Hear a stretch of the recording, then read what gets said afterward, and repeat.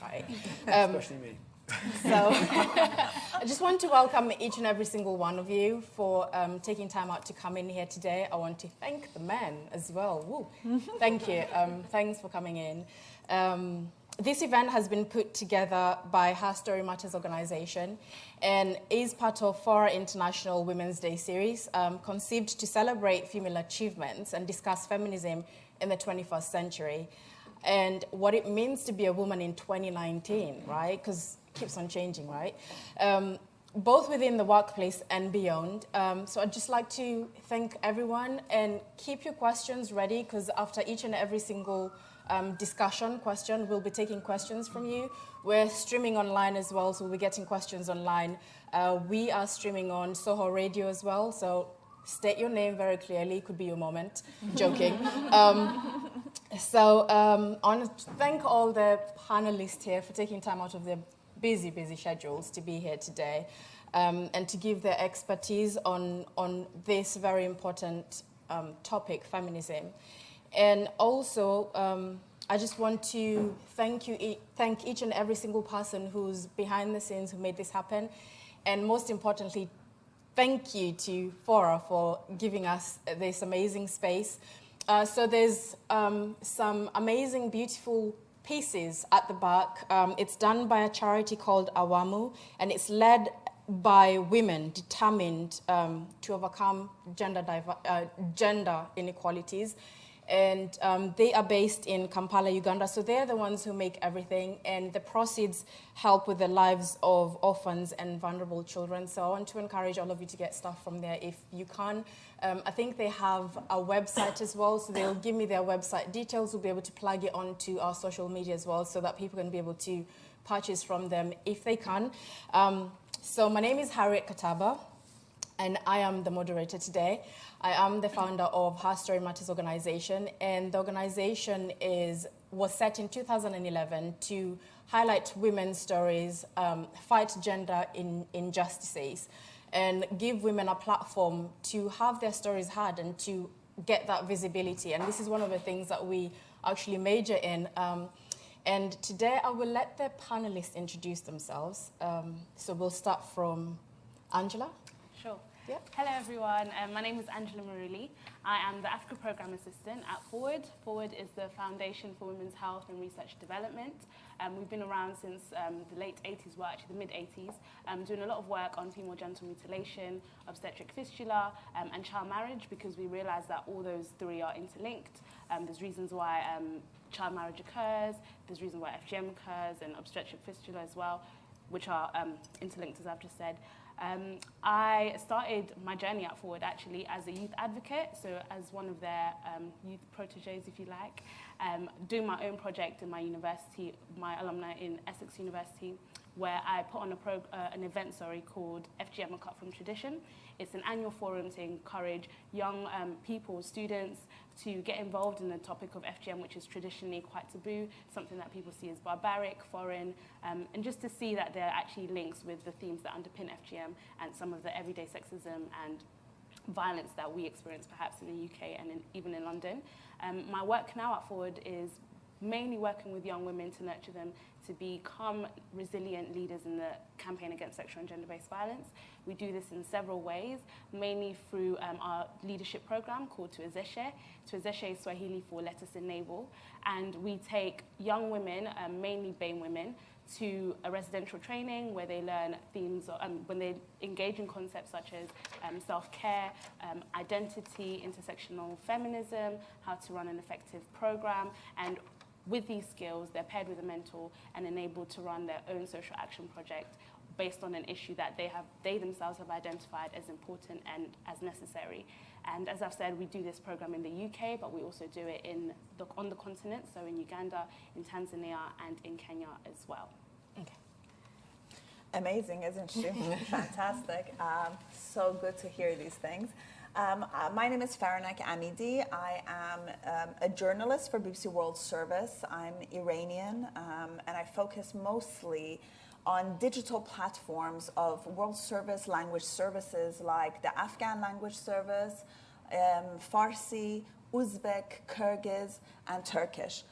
Some of these language services are doing quite well when it comes to women's engagement, but the Persian and Afghan and Uzbek language services are quite behind. We have very low female engagement on our posts, and the main reason for that, there are a few reasons for it. One is severe sexual harassment of female users once they comment on a public post.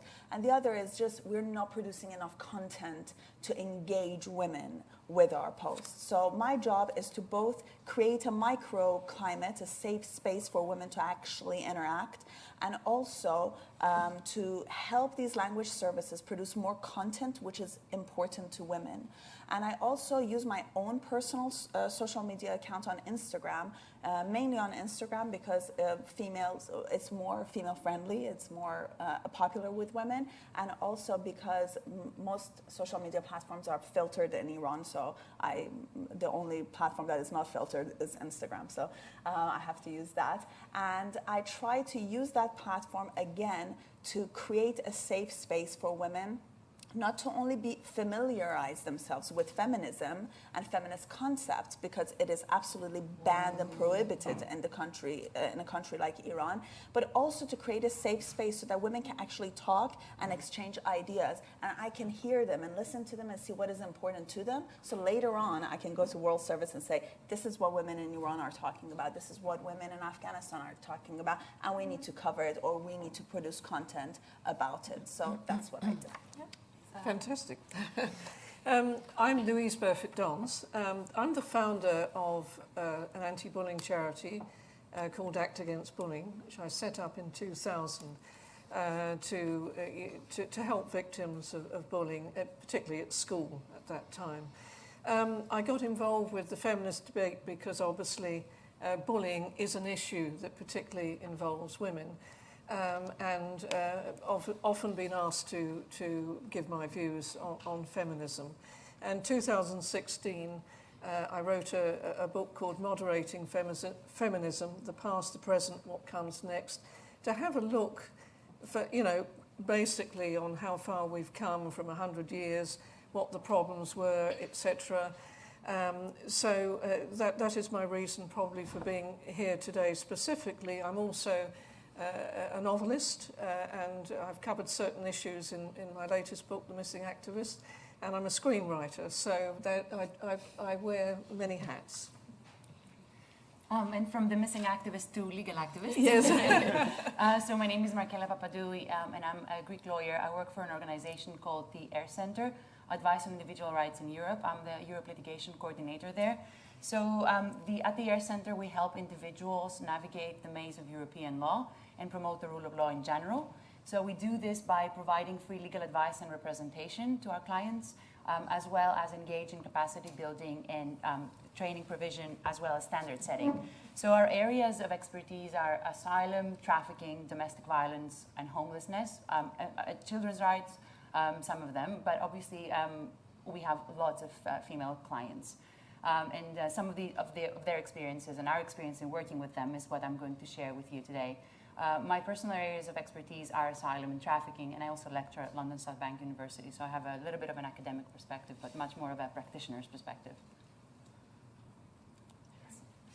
Hello, my name's Andy Edwards. I feel slightly underqualified. Let me explain what I do. I've spent the bulk of my working life, over 25 years, working in the music industry. I've worked for major record labels, tech startups, various organizations that acquire music rights, live production, artist management. I've done for about the last 10 years or so. I sit on various industry boards. I'm a board director of the Music Managers Forum. I also sit on the UK Music Board. And for UK Music, I also chair a group called Futures, and that's really what brings me here. Futures is a group of young executives within the music industry doing frontline roles from marketing, A&R, legal, tour marketing, tour production, and so forth. And the idea of Futures is to provide a forum for young and emerging executives, mostly in their 20s, some in their early 30s, to be able to feed into UK music policy. So what UK Music do is set the policy at an industry level so they can speak to government and to the media and so forth. And a number of the outcomes that have come out of that group, which I'm very proud of, have really focused on social issues such as diversity and inclusion, sexual harassment, and mental health, and all three of those seem to interrelate, and that's what's brought me here today. Awesome. So we have the right group to discuss this, right? Do you feel confident? You do? Okay. So we'll move on to the first question, which is discussion how feminism has evolved from the 18th century till date. And I'll start with Louise, who will speak about more of the suffragette movement. Well, from this question, all I would obviously have to say we've come a huge long way. When the feminist mission began, it was really all about the status of women, because in those days men were the head of a household, and that was it. By the time of the mid-1800s, equality movements started up. And actually looking at a list of things of why they felt they needed some help, I might read them out, it might help. At the time, women couldn't vote. They could be raped and beaten by their husbands with impunity. That was absolutely acceptable. They were not educated at the same level of women as men, of men. Obviously, so therefore they worked at a lower pay rate. They signed over all their property rights to husbands on marriage, all their artistic copyright, like their books, to their husbands. They had no recourse whatsoever against sexual harassment, only entitled to settlements if their husbands chose to give them settlements on divorce. They didn't have the right to live separately from their husband. They were socially ostracised on the breakup of marriage. They had no access to credit or borrowing. They were fired from their jobs if they became pregnant. Couldn't serve on a jury, which I don't know is a good or bad thing. But basically, they still had to accept that the husband, the male member, was the head of the family and controller of all their community assets. And that is basically how it was 100 years ago. And I think everybody knows that we've come a huge long way since then. I won't go over all of them, but I'm sure we'll be debating them by looking at what we have achieved since that time. And quite a lot of that list has been ticked. Yeah. I'd like Markella to speak about the Me Too movement. Yes, I think I completely second what has been said in the sense of we have come a long way from kind of focusing on more substantive rights such as the right to vote, and we've ticked that box, to other very, very significant rights such as ranging from reproductive rights to equal pay. So the feminist movement still has progress to make in these fields. But for example, in areas such as human trafficking, this is still more pertinent to women. Or, for example, domestic violence, not to overlook the significance or the numbers that this affects men, but still this is more relevant to women. Now, as regards the Me Too movement, I think this was a positive development. It made women feel more empowered. It made them feel that they can share their experience and reach out and feel as part of a group. And this, the opportunity to communicate your message better, makes your opportunity to access help and access legal assistance a lot easier. And this is crucial, because the first thing that you lose when the violation of your rights as a woman is lost, has occurred, is your right to have control over what happens to you. So it helps you be in control again. The only risk I see with the Me Too movement is a little bit of overexposure. So bringing a case perhaps to social media prematurely without speaking to a lawyer may give the opportunity to the responder, to the perpetrator, to prepare a defense that may not necessarily be truthful or accurate. Mm-hmm. So from a legal perspective, this is the only risk that I see in that. But other than that, I find it very empowering, and even for crimes that the statute of limitations has long gone, it's an opportunity to still share and feel that you're a part of a team and nobody can intimidate you on that. Yeah. So I'll have Angela speak about the slut walk. What do you think about slut walk? What do you think about the impact it has on women and society as a whole? So yeah, similar to what my colleagues have just discussed, I think quite radical movements such as like the slut walk have enabled us and have brought to the forefront issues that lots of people don't want to speak about. I can speak about our experiences in Uganda, where, for example, sex work and violence perpetrated by clients is now more openly being discussed. However, just as my clients, They are your my clients have mentioned, it's a question of the safety of the women as well, in as much as we think that we believe that freedom of speech is important, and it's very important in showcasing and highlighting thousands of atrocities. To what extent are we protecting survivors and victims? And I think that's where we have to sort of draw a fine line and ensure that in as much as everyone's able to speak, that people are protected. Faranak, you do a lot of stuff on social media, on Instagram, especially with regards to sexual workers. What do you think about the slut walk and the negatives and the positives? I think, you know, my audience and the people I reach out to live in quite conservative religious societies. Sex work in our culture is extremely taboo. So if you are in that industry, you're just completely marginalized in the society. And we see more and more transgender women entering the sex work. And just being transgender by itself has a stigma. And then entering sex work just puts you way on the margins of society. And it's very, very important to talk about these things. Things like slut work actually did inspire me to talk about sex work on my social media platform. I think I was one of the first few journalists, female journalists, who talked about sex workers, and I interviewed a sex worker on my Instagram stories, and she was a transgender woman in Iran who was doing sex work, and I was interviewing her. And it was amazing how when a personal story comes out and a person starts, you put a human face to it. These are not just shadowy people on the streets stealing your husbands from you. It's not about that. These are women, be it transgender or cisgender, it doesn't matter. These are women who are desperate, a lot of them, especially in our culture. A lot of women are not desperate and they do sex work, and that is also should be respected. But in the culture that I come from, a lot of these women are desperate. And to put a face to it, and to show that these are human beings with exactly the same worries that you have, and have lived lives quite similar to you. I think it's amazing, and that's slut work actually gave me that inspiration to do it, and I hope I can do it more and more. Yeah. How about you, Andy? Do you want to talk about Time's Up? Sure. The Time's Up movement. Okay. So Markella made some really good points, I think, about kind of Me Too and the legal role in that movement, which I think is very relevant to the music industry. There are a lot of lawyers in the music industry generally, and I spend a lot of time working with lawyers.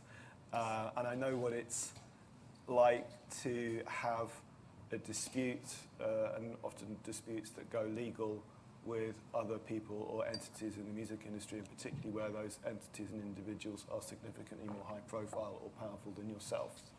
And that's a really important point, I think, to take into consideration here, and specifically with the Time's Up movement. And I think there's two aspects to Time's Up. I think one is the kind of more general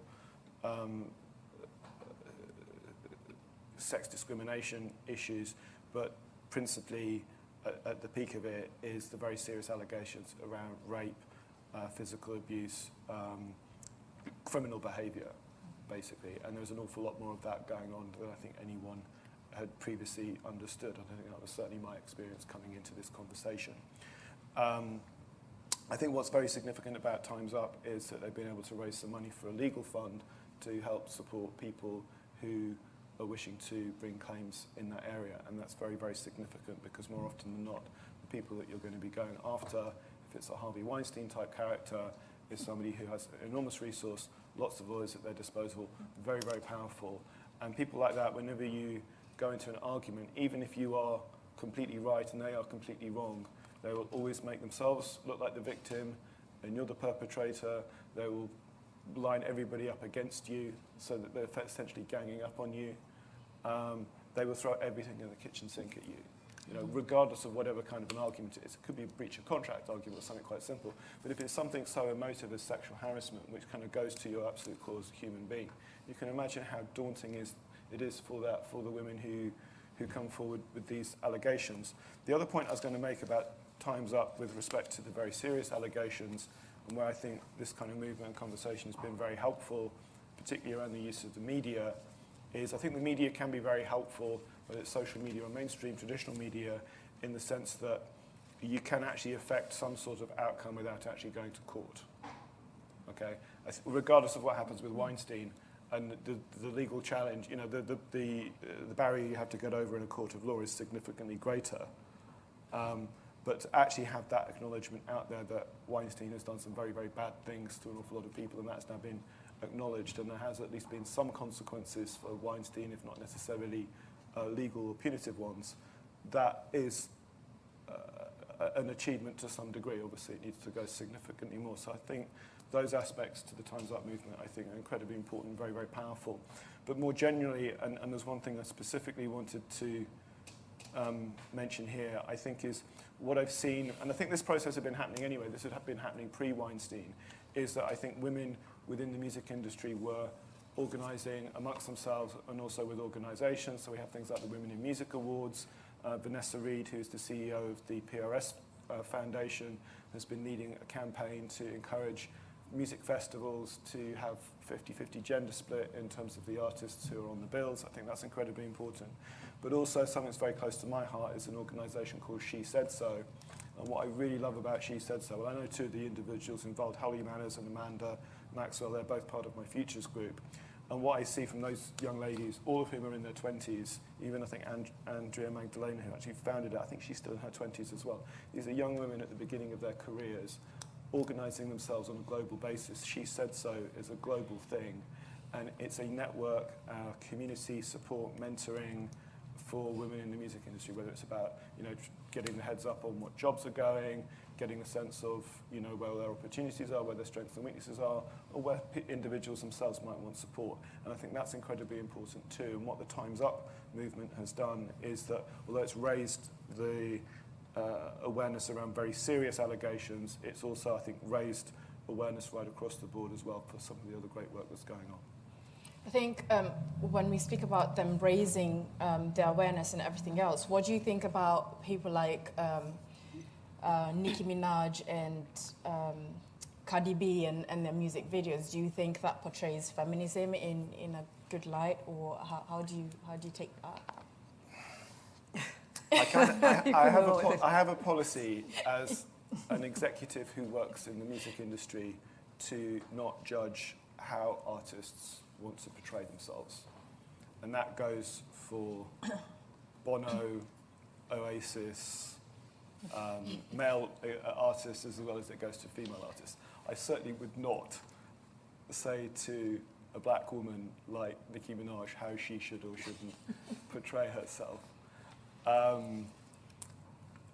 She's Nicki Minaj, you know, and she has a massive following, you know, many of whom are women. You know, I think if you go to a Nicki Minaj show, I think you're going to see far more women in the show than men. I think particularly for black women as well, for women of colour in the music industry, I think she has a lot of important things to say. And very often that message doesn't always, you know, get across. We had this conversation, and you know, I remember watching Anaconda, the video, which is a pretty outrageous video, and thinking, oh my goodness, you know. But when you listen to the lyrics of Anaconda and you trace it back, so Anaconda is based around lots of samples from a track called Baby Got Back from the early 90s by a guy called Sir Mix-a-Lot. It was massive in America, it wasn't so big over here. And it's really about celebrating African American women. I think that's my take out of it as a white man. I'm not going to say much more about it than that. I'm not going to give you a commentary. But certainly, I get where Nicki's coming from. I think it's about as much as I can say. Can I just speak to that as well? I think as a base, just as a baseline in terms of like Nicki Minaj, Cardi B, whom I love, just the point that they're able to use that platform and to make music that reaches masses, just in the same way that their male counterparts have been doing, that in itself is enough feminism for me. And I think, of course, there's something to be said about the objectification of women and their bodies, but I think a lot of these artists actually own their bodies and they own their space. And for a lot of women who are in the club or listening to music on their commute, listening to Getting My Money, by Cardi B, I think there's a lot of positive influence around that as well. So basically, it's how you look at it and what you take from it. Yeah. That's what I'm. So I have a hearing question from. for you. Would you say Nicki Minaj has agency in what she says in the same way that Mick Jagger historically has agency in some of his work? I would say so, yes. Okay. I would say so, yes. What do you think about that? Because obviously. Because in the I was book- looking with slight amusement. Well, you know, throughout feminism, there've been. I always laugh a little bit in the 60s, where you know, the feminists were attacking beauty competitions and that sort of thing, and at the same time they were liberalising women's habits, so women could at last be sexually free, but they weren't allowed to show their bodies off in other ways. There's always been this massive contradiction. In feminism. We just talk about music industry. One way you will see a young woman who has got to the top in a very difficult industry and has got followers and selling albums and using whatever talent they have to promote that.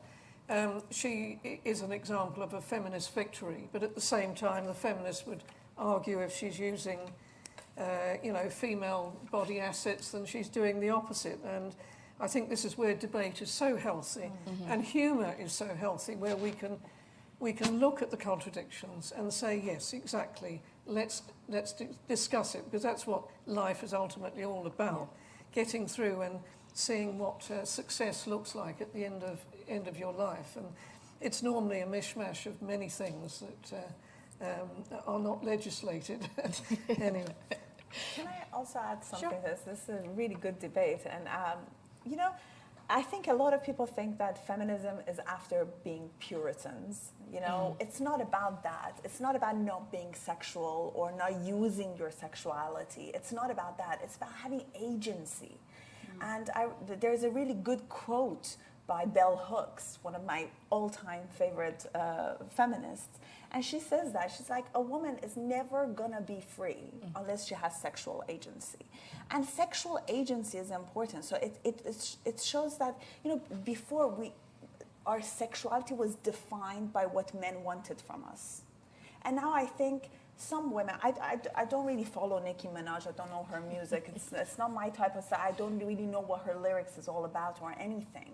But if she is using that agency, and if you who listen to her music say that she has that agency, then I consider that a feminist act. Because feminism is not about being a Puritan. Oh, let's all just like walk around like Mormons, and you know, it's not about that. And that was one thing that a lot of people worried about when Me Too came out.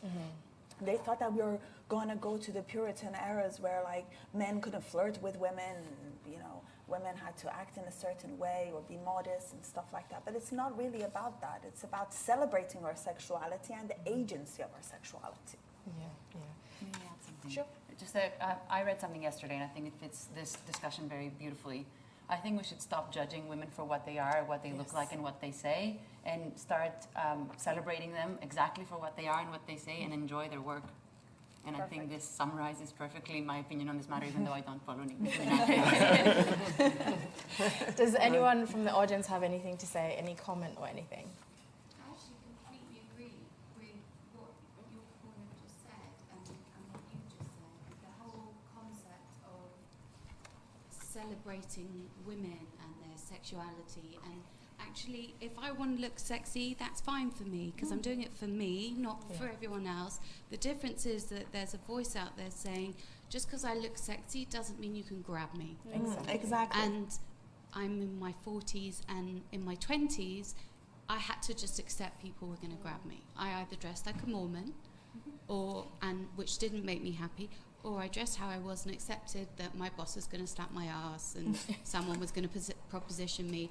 And now I could sue the life out of him. Thankfully, I have a lovely female boss, so I don't have to do that. But the fact that that flip has come is very new over the last couple of years. So thank you, ladies. I think one thing I would say about the music industry, and again, I'm saying this very much from a male perspective, is,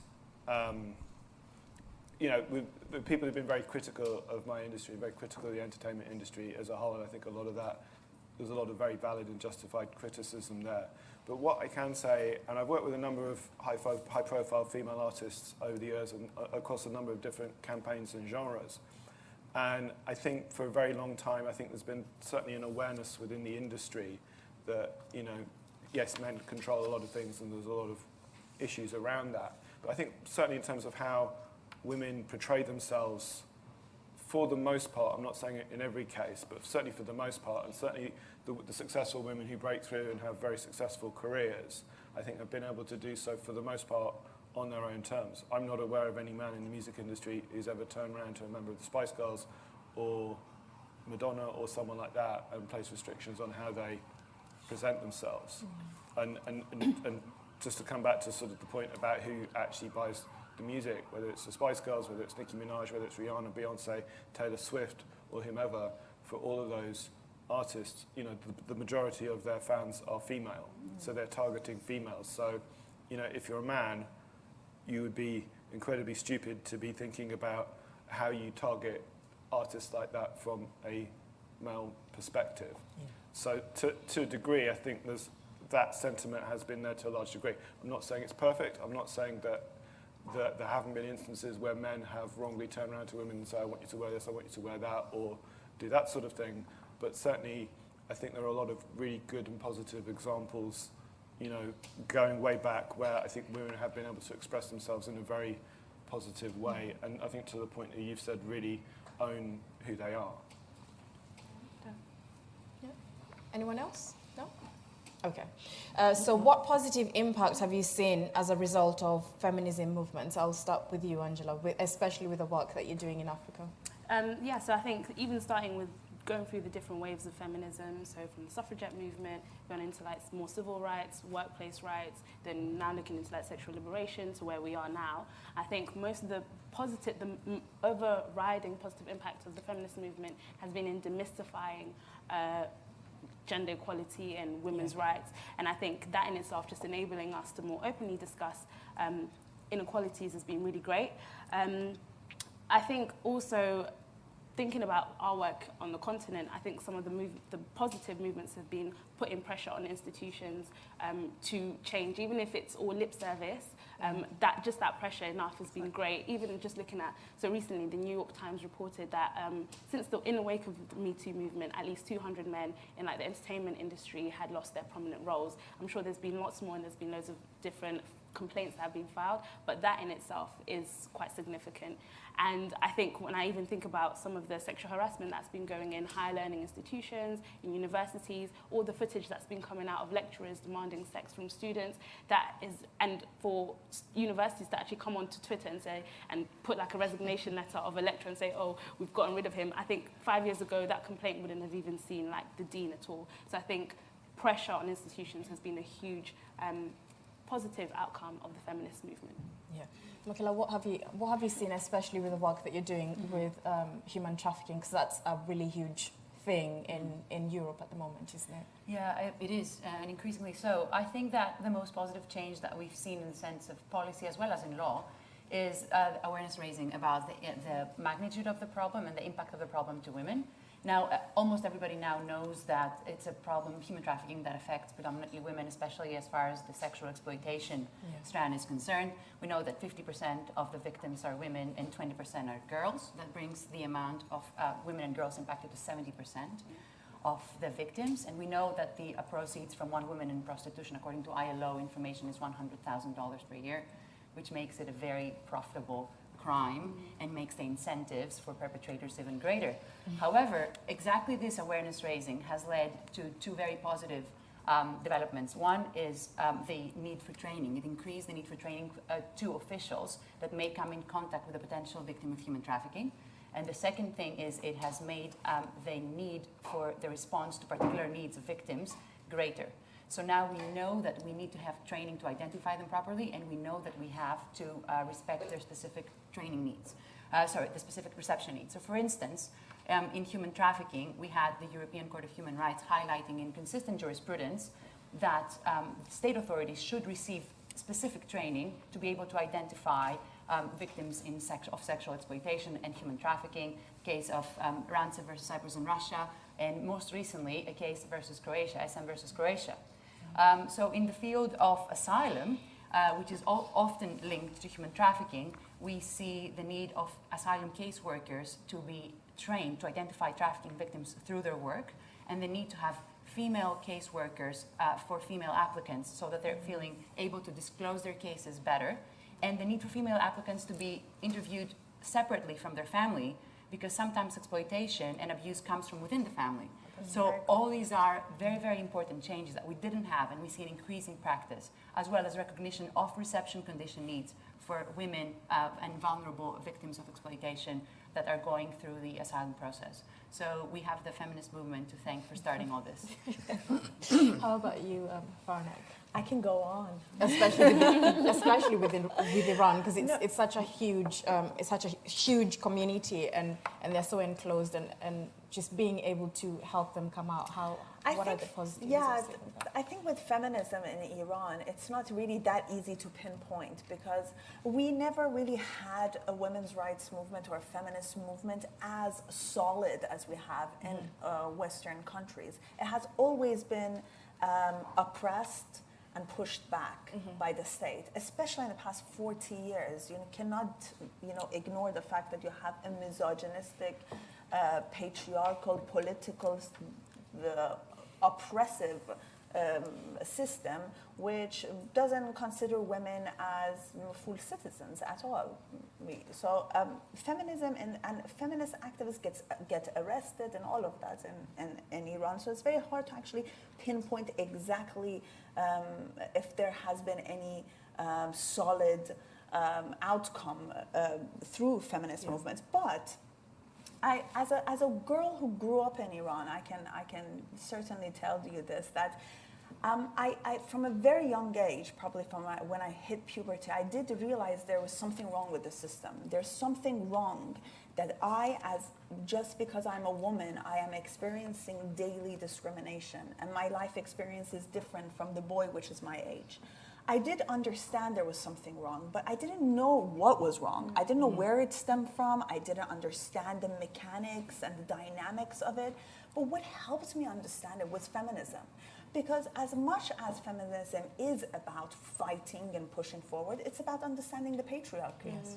It studies the patriarchy. It puts its maps out there and tells you, bum, bum, bum, this is it. Yeah.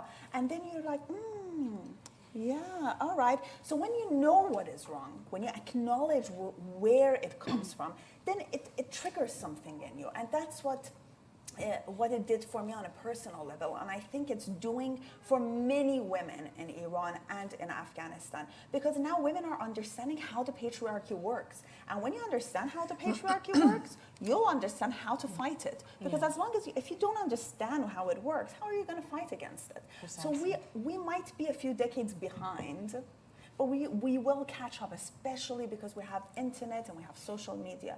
So I think that is something we really need to take into consideration when we talk about countries like Saudi Arabia or Iran or Afghanistan. They have different levels of patriarchy and misogyny in them. I don't want to put them all in one basket, but that is what feminism does for women in those countries. But I also like to point to one movement which I think is very important in the Iranian women's rights movement, and that is the campaign of 1 million signatures, which started in 2006 after Iranian female activists who were peacefully protesting in central of Tehran were beaten and arrested and put in prison.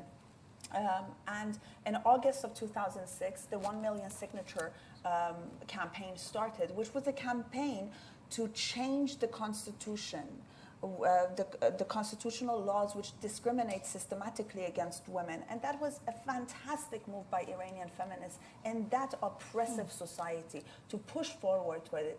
Did they get the results they wanted? No. We still have only 6% female representation in our parliament. Child marriage is just something they're actually they're trying to make it even easier for children to get married. Yeah. All of these problems we have, but these are the steps that have been taken to start the debate. And what I see right now in the Iranian society, at least, is that women are wearing the badge of feminism more proudly, with more pride. And that is a big step in a country where feminism has been vilified, and there was a huge stigma associated to feminism. So that is what I would say. I think having the awareness as well makes a big difference. Over the weekend, I was watching a video of a community in Kenya, and what they actually did is, because the women were being abused, what they decided to do was to leave the village, and they started their own whole female village. So they've got all these women with children in this village, and they started a school because they started trading, and then they started a school. And what they do is the men are allowed, but they have to live within the rules in that community. And then the women in that community still get pregnant, which shows they still go out and they come back, when they feel like it. But what was so refreshing about watching that was just the reality that you don't need to be tied down in a relationship that doesn't work for you to be able to provide for your own family, because that's one of the biggest things that contribute to inequalities, especially in Africa and other countries where women don't have the economic value and they can't go and make money or anything. So that was quite refreshing to kind of see this all-women village with children and everything else. So I think that's one of the positive things I've seen with feminism, as well as young girls refusing to go through FGM. So they actually rebel against the parents, and they run away. So they've set up villages where the people go in there, and then they're adopted by these families. They can study and everything else. And then also early marriages, they don't have that anymore. But this has been through a very long period of time where you go in there and you say to them, look, you don't have to agree to this. And it took a while. So I think being aware that there's something better for you and there's bigger opportunities other than just getting married and having children and repeating the cycle, I think that that alone in the feminism movement has been very positive, especially in the East African region. Yeah, just giving the women the tools to understand and the tools to think for themselves, because the patriarchy, what it does, it dictates everything to you. It takes the power away from you, especially when the power is in the hands of a man. Yeah. So you don't think you can think. But nowadays, if just look at Saudi Arabia. Every week, one woman has escaped Saudi Arabia asking for asylum. It just shows that they're like, you know what, this male guardianship, you're not going to get rid of it. Sorry, I'm flying out. You know, I am not going to put up with it anymore. So I think that is all due to it's feminism. amazing. It's amazing. Can I add, sorry, so just to that, in terms of sensitizing just whole communities in the public on feminism, something that we're seeing as well is young women who are stepping up into positions of power and taking feminist leadership principles with them, because it's all well and good them knowing what feminism is, or even them being in spaces of power, but are they actually going to enforce those policies and those attitudes to ensure that the same patriarchal policies that allow for child marriage, allow for FGM, are diminished? So what do you Okay, think so are positives? my feeling, what feminism has really achieved, and when I go back to the list that I read out, I know it was over 100 years ago, but it has allowed women to have a full life, to be educated, to have the careers that they want. Now we see women, politicians. There are no barriers. There's certainly not the barriers that they were, say, 100 years ago. It has allowed women who do not want to get married or have children to have a fulfilled life, and that has been one of the major achievements. But I will say the other one that really impresses me was the feminists, because if you go back to a lot of the achievements of women over years, you can't always say they were due to feminism. For example, the pill, which liberated women and was the massive change in the world, came about through, it was a couple of women that brought that about, or started that sort of initiative, but it was based on more compassionate reasons. But in actual fact, the pill, and being able to use the birth control pill, which didn't happen to the mid-60s, was what really changed women's lives. But to me, what I really feel is good about the feminist movement, they were the only ones that called out domestic abuse. And I can remember, as I say, growing up in the 60s, not that I had any, came from a very loving family, and I fortunately been married quite a long time to a very loving man, but I do know that's not been the experience of all. And even in the mid-60s and 70s, nobody would speak about that. In that if there was something going on, it was just taboo. And I think it was the feminists that pushed for that, pushed through that barrier, so that now the one thing that people talk about when they debate feminism is harassment, is sexual abuse, it's violence against women. But, you know, that is the one thing. We're no longer talking about how many women are in a board. Well, we are, but, you know, that has been reasonably well achieved. But we are still talking about the big subject of harassment and domestic abuse. And feminism was the one that put it on the map, certainly in the West. Now, this debate here covers internationally, and we have to accept that across the world, and even in this in this country here, this is still not the case. Yeah. There is abuse within the home. There is abuse against women that goes under the radar. This is something that feminism cannot actually reach at the stage it's got to. This is something that we have to keep working on. But I do applaud them for that. Yeah. Sorry, on that, sensitising women and domestic abuse. So Me Too was kind of the closest thing that has come to shifting the argument, shifting the discussion from like 1 in 5 women will experience violence at the hands of their partner to being 1 in 5 men are abusers and shifting the language. How do you see, where are we going from here with this? How do you see this growing from sort of shifting that women are the victims and it's a women's issue to being a men's issue? My personal view, I'm sure you'll get it others, is this is a shift in feminism. Feminism in the beginning began of promoting women's leadership. And to become a leader, and you can be a leader, you don't have to be a politician to be a leader or the head of a company. Leadership is something that you recognise in people, that develops over their lives, really. Parents are, mothers are leaders.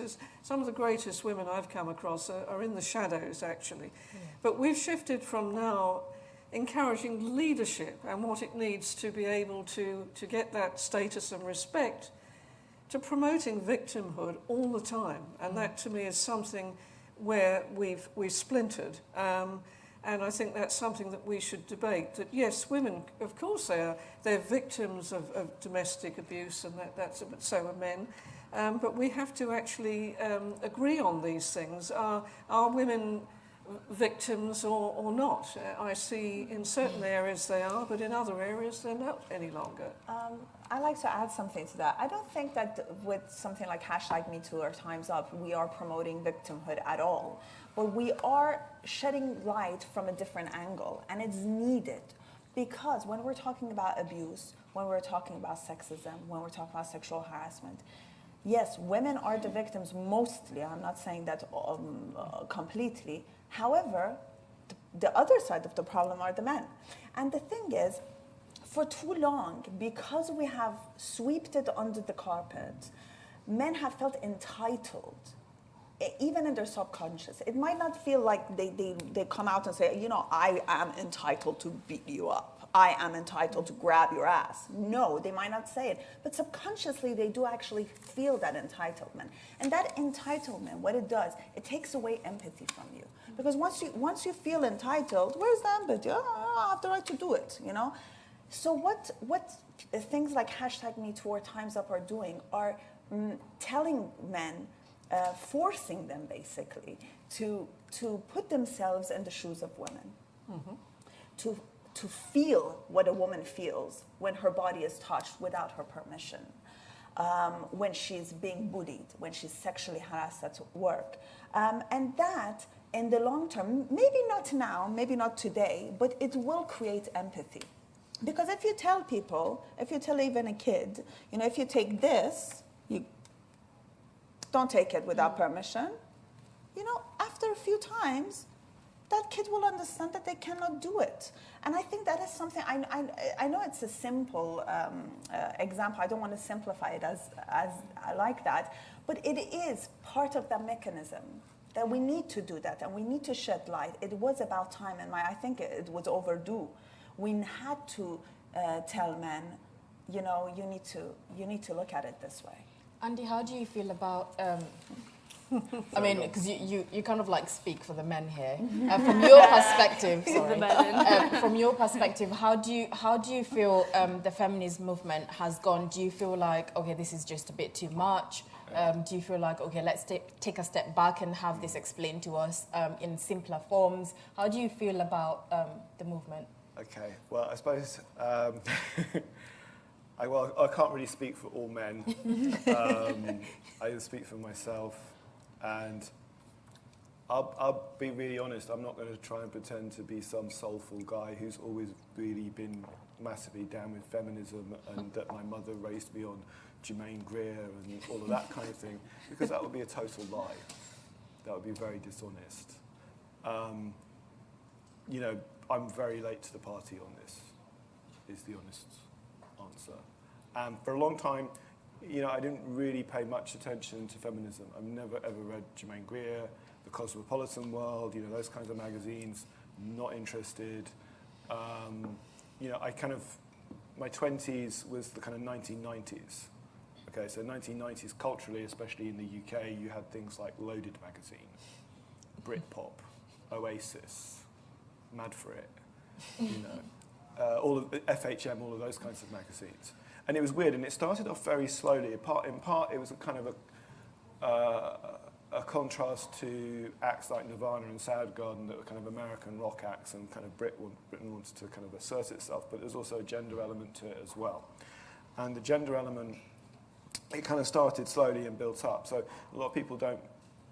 So for those the younger people might not remember Loaded magazine so much, but it was basically a magazine that would come out once a month. It was monthly, and there was usually a girl in bra and panties or swimsuits or that kind of thing on the cover in a very awful looking pose. So that's how it became. But the very first issue of Loaded magazine, which I think I've still got somewhere, had Steve McQueen. I'm not talking about the director, I'm talking about the actor who was in Bullet and kind of, you know, iconic 1960s movies like that. So it's kind of an expression of manhood, a very kind of positive thing. But then it all kind of went awful. And it was, I suppose what I saw in the 90s and what I was complicit in was this kind of ironic, oh, it's okay, it's ironic, you know, darling, love, you know, you don't mind, do you? You know, it's just a joke, we're having a laugh, right? It was that sort of thing, which was massively unhelpful, and it was very much a reaction to a lot of the great progress that had made thus far. We'd come through the 1980s, we had Margaret Thatcher, who was the Prime Minister, although, as Edwina Currie points out, she never had a female member in her cabinet. You know, those kinds of things. We had the other thing in terms of kind of sexual relationship kinds of things in the 1980s, and it scared the hell out of me. There's all of these government adverts, you know, don't die of ignorance, and this kind of iceberg thing on the TV, and wear a condom. All this kind of, you know. So, you know, you had all that sort of messaging, and the from my perspective, I was a teenager in the 1980s, you know, sort of feminism or feminist role models, you know, well, again, Thatcher, Joan Collins in Dynasty, shoulder pads, you know, all seemed kind of brash and intimidating. It didn't really speak to me. I certainly didn't feel involved in that conversation. And although, you know, I had an awareness of, you know, fairness and equality, and, you know, you just want to treat people in a decent and respectful way, you know, I was still kind of falling into, you know, all of the stupid, dumbass things that guys do. And hopefully as I've gotten older, I've done it progressively less, you know. But really the wake-up call for me was really very recent. It was, and it wasn't even the Donald Trump tape. I try not to say that, sorry, I should just say 45. I tend to say 45 if I'm referring to him. Was Michelle Obama's response to that and her takedown of that. And a lot of it didn't really speak to me because categorically I'm not that kind of guy. But it was the bit where she got to, and I was actually sitting with my mother at the time. I was at home with my mum on the sofa watching the TV news. And it's a bit where Michelle Obama said, but it's also about guys who get a little too close and stay a little too long. Mm-hmm. I thought, wow. And also, my mum, who is not super political. You know, she's not somebody who comments a huge amount on political affairs or things like that. You know, she's always been a very dutiful housewife, you know, of that era. My mum's in her 80s now. And I could feel my mum viscerally react to that moment at exactly the same time that I was having a reaction to that moment as a man. And I was thinking about, okay, what things has my mum gone through in her life? You know, she lived through World War II. You know, she left school in the 1950s. She didn't meet my dad until the mid-60s. They got married, and then my brother and I came along in the 70s. What has been my mum's journey? What has she not told me about this subject? You know, that was part of what I was thinking. And also, I was also thinking, yeah, I've definitely been that guy. Never, the other stuff that grabbed them by the, you know, no. But the other stuff that Michelle was talking about in that moment is like, ooh, okay. And that was when really the penny dropped for me properly, if I'm honest. And that's only, 3 years ago? Yeah, that's not long. So I'm very late to the party, you know, but I'm glad I'm here.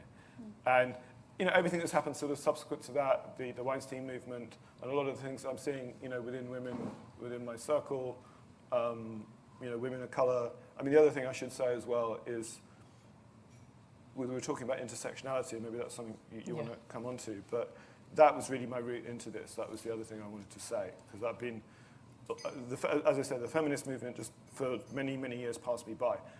Anti-racism is something I've felt for as long as I've been around. I can't remember a time when I didn't support anti-racism movements, whether it was Free Mandela in the 80s, whether it was Stephen Lawrence in the 90s, or whether, you know, it was the Black Lives Matter movement more recently. And I felt those convictions very, very strongly. And through getting involved with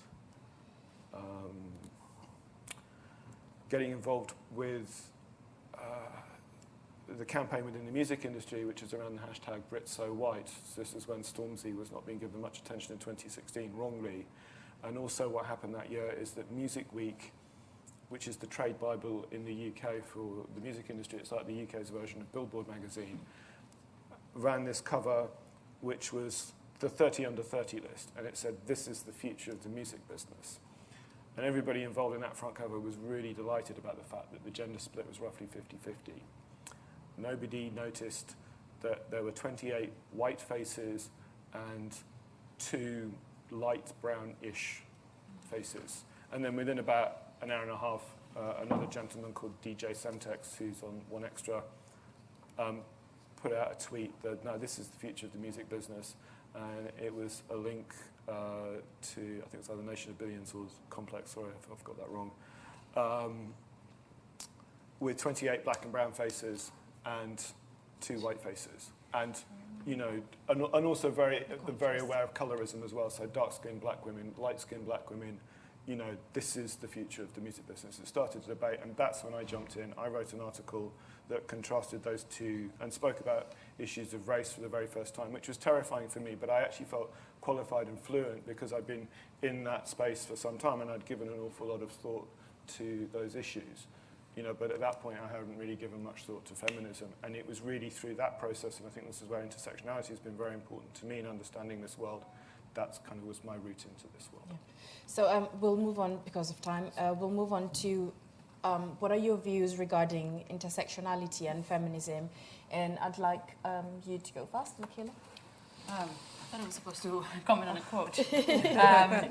I think intersectionality and feminism is something that there's lots of overlaps with human rights in the work that we do. I think intersectionality advocates for taking into account experiences from women that have very lots of diverse characteristics, so such as different class, race, sex orientation, age, religion, disability, and gender. So all these are different characteristics that are protected by different human rights conventions, and also in the Refugee Convention, these are also grounds that you can be protected against persecution.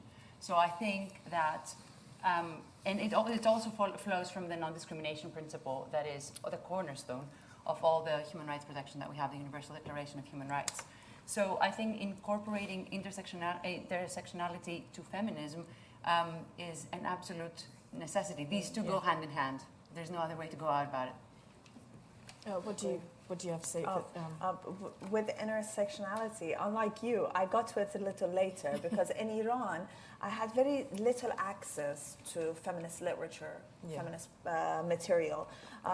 It was The Second Sex of Simone de Beauvoir and just a few other books, Virginia Woolf, that was it. And you had to just read and try to find out what works for you. And then when I came here, moved here around 10 years ago, that was when I was introduced to intersectionality. When I was in Iran, I was the equivalent of a white middle-class woman, university graduate here in London, for example. I was the equivalent of that. So I was completely oblivious of what it meant to be a Sunni, Kurdish, disabled, queer woman in Iran. I had no idea. Or an Afghan refugee in Iran, female Afghan refugee. But when I came here, I wasn't the white middle class native here. And then it was then that I realized, I need something else to make sense of this world. And I got introduced to Black feminism. And I started reading a lot. And I keep on telling all my audience on social media as well that read Black feminism, get into it, because it resonates so much with Iranians. It resonates so much because the intersectionalities that come from the house from the family all the way to the top of the political power resonates so much with Iranian women. And also, for me, another thing that really got me into this intersectionality is Arab feminists, people like American Egyptian feminists like Mona al-Tahawi, and her views are radical, but she really, really resonates with us women. And I think this intersectionality of race, social economic background, disability and ability, queerness, all of these are extremely important and shape the way you experience the world and experience life. And feminism by itself won't be able to do anything unless it acknowledges these intersections and takes them into the dialogue and in the conversation. What do you think about that, Louise? I was trying to, yes, from what I understand, it's when, various prejudices and overlap and one thing.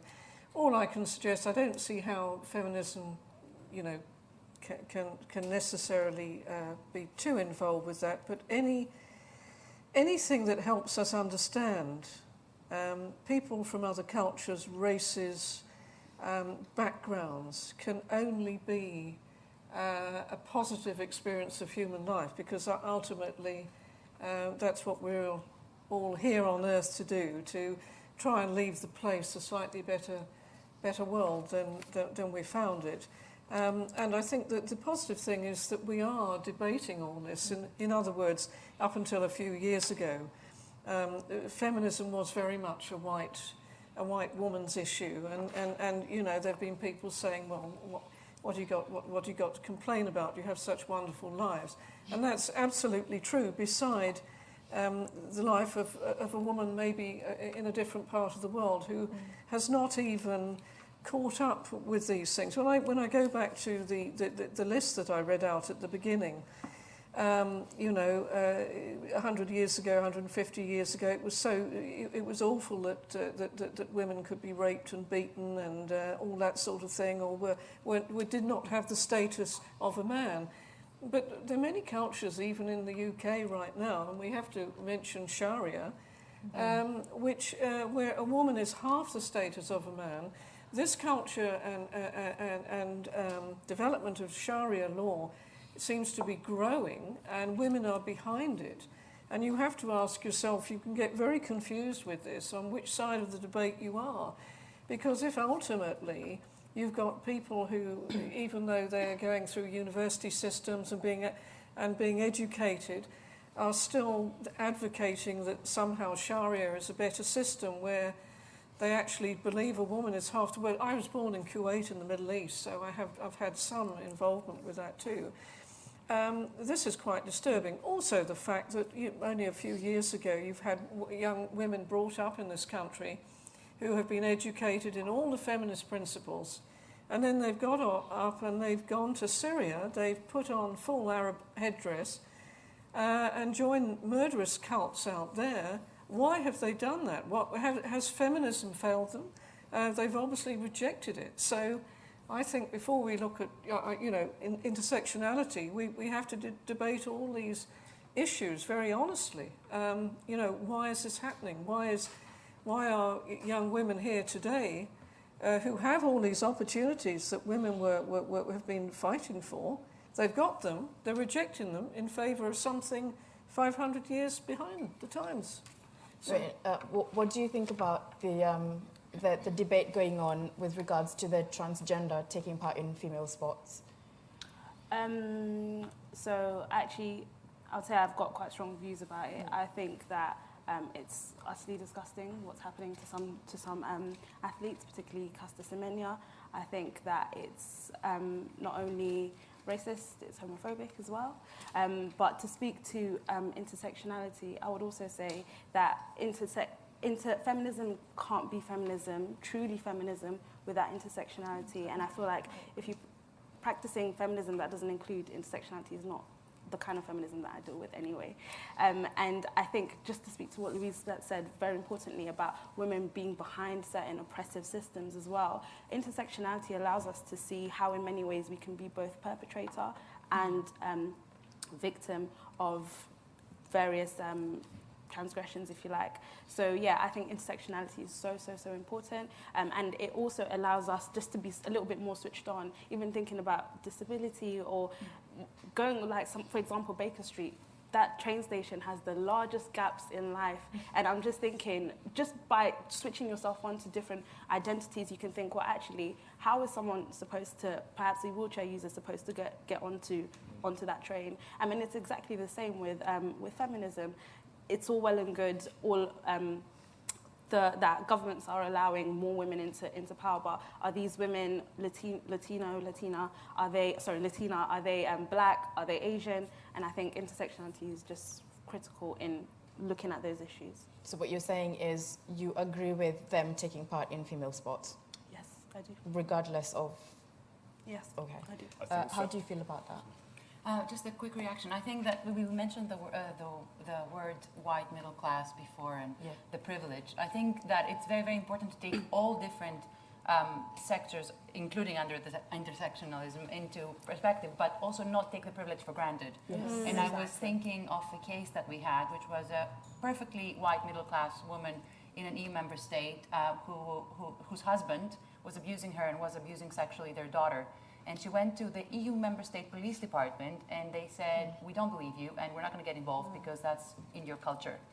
And she was perfectly middle class and white, but her privilege in that respect disappeared. Yeah, exactly. Disappeared. That is a very good point because, each one of us to the other one next to us have some privileges, and it is very important to understand them, be very honest about them, don't shy away from them, and then understand at some points, as women, no matter what color, what race, what ability or disability you have, you are going to experience the oppression of the patriarchy. Yeah. Then the other intersections come and, double it, triple it, quadruple it, all of that. We need to understand that. But even a white, middle-class woman, educated, she is going to feel the patriarchy. She will, yeah. She will. Yeah. And we need to understand that. When I said that, I didn't mean that, they don't have any of those problems, of course. But I was the equivalent of that woman who didn't understand the other intersections. And I think that is a very good point you made about the privileges and how sometimes they don't work. And having the most privilege of anybody, I've been privileged enough to look at this from a slightly detached point of view and really sort of get my head around some of these nuances. I've said to you that I've never read Germaine Greer. I have read Renier Lodge. I have read Chimamanda. And women like that have really helped form my view and really helped give a pathway for me into feminism. And what I think I've gotten from that, just to sort of pick up on a few of the points here, is that people's experiences aren't uniform, and we can we can look at it on a global level, but we can look at it right here in London. If you're a Muslim woman wearing a headscarf, if you're a black woman, you're going to have a very different experience just walking around town than you would And if you're a white woman with blonde hair, what do you expect?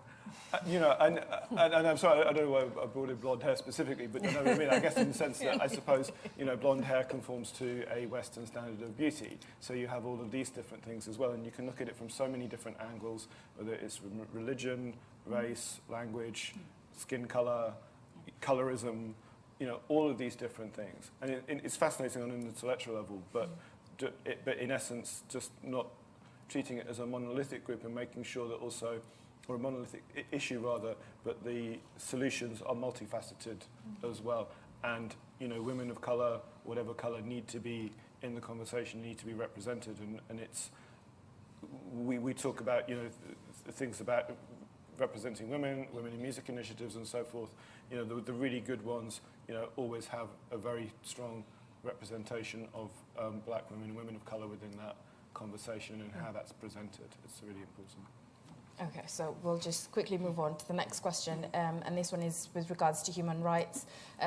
So I'm just going to read out a citation, and it's feminist scholars such as Binion in 1995 and Mackinnon 2001 stressed that the human rights agenda would have been different if women and women's needs were taken into account as the process of formulation of human rights unfolded. Women tend to face human rights violation in the private sphere, while the idea of human rights was mostly developed as a protection against perpetrated by states. Do you think it's time for UN to redefine human rights? This is an essay question, but it's lovely, and thank you for bringing that into perspective. It's something that we wonder a lot as lawyers working with these international instruments that we have. First of all, just from the outset, it's worth saying that the UN system that we have of treaties is a system created, it falls under the sphere of public international law, which is meant to regulate the relationships between states with each other, not between states and individuals. However, what is important, the individual then comes into play when they suffer violation through their link with the state. So it's now very, very important to see what are the treaties and conventions a state has signed in order to protect the individuals that has under its jurisdiction.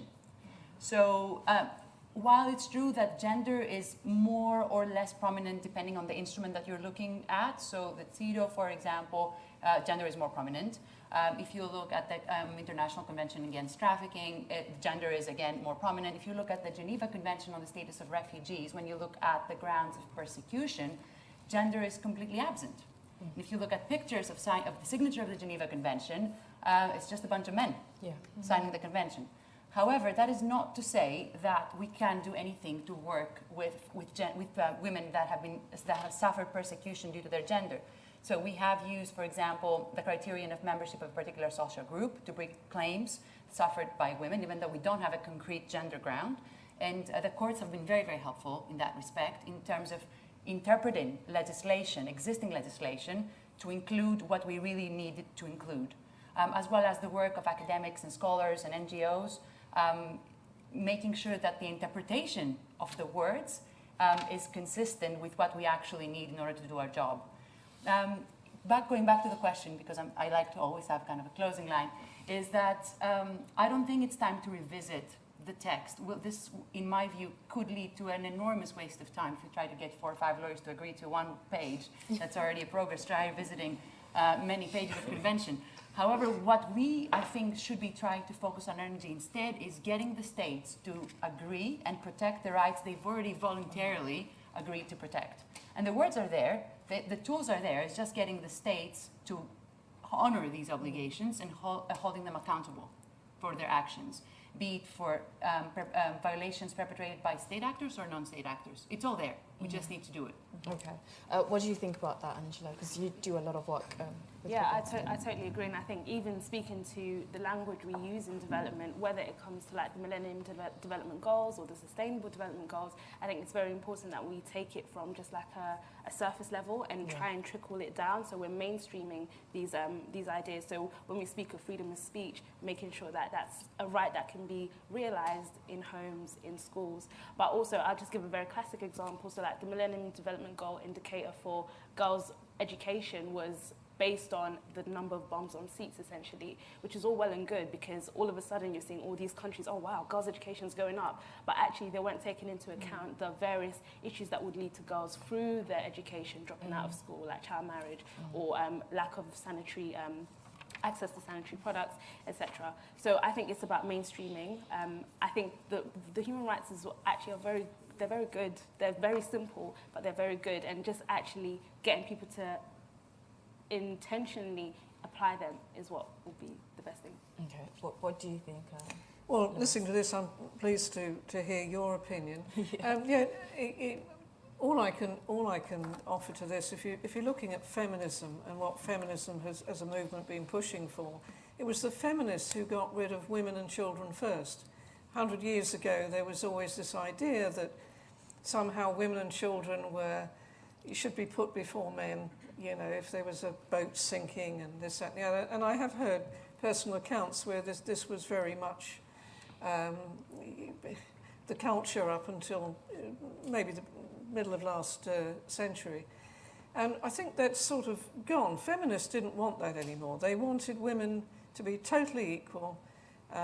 There was, you know, because at the time it was stopping them doing certain jobs and things, because then the employers or the patriarchy, as you say, was saying, well, you can't work in that factory, you can't do this because of your, you know, emotional state as being a woman or your physical differences. So they were pushing for this, and now we've got a world where we're now talking about should human rights be rewritten to go back and focus on the extra needs of women.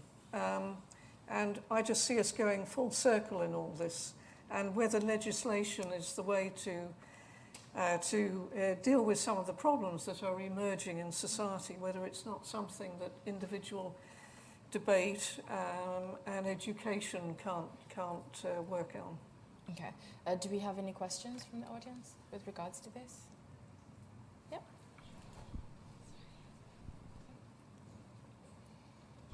Just on that point of legislation, I'd be really interested to hear from Markella about where legislation can benefit us. So it was interesting when you, at the beginning, talked about the progress that has been made through legislation. Is there, in your opinion, any legislation we don't have in this country, for example, that you've seen around the world that we could benefit from, that would benefit women?